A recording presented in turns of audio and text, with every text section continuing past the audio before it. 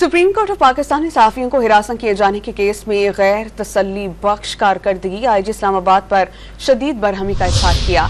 Chief justice of Pakistan ने remarks किए कि अटॉर्नी जनरल साहब ये किस किस्म के आईजी हैं, इनको हटा देना चाहिए। इस पर हम बात करते हैं डॉन न्यूज़ के रिपोर्टर अब्दुल्ला मोहम्मद से। अब्दुल्ला, बताइए कि इस केस में आज क्या कार्रवाई हुई और क्यों मरहम हुए chief justice?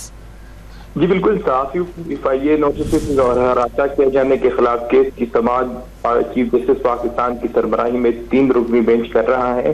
Press association of supreme court of Pakistan की जानिब से बैरिस्टर सलाहुद्दीन अदालत में पेश हुए, जब केस के साथ साथ अटॉर्नी जनरल ऑफ पाकिस्तान भी सुप्रीम कोर्ट में पेश हुए। मतीउल्लाह जान अगवा और इसके साथ साथ अफसार आलम पर होने वाले हमले में जो मुकदमात है उसमें गैर तसल्ली बख्श कारकर्दगी पर चीफ जस्टिस ऑफ पाकिस्तान ने आईजी इस्लामाबाद पर शदीद बरहमी का इजहार किया और उन्होंने अपने रिमार्क्स में कहा कि क्राइम की रिकॉर्डिंग मौजूद है, इन मुल्जिमान का अब तक सुराग क्यों नहीं लगाया जा सका।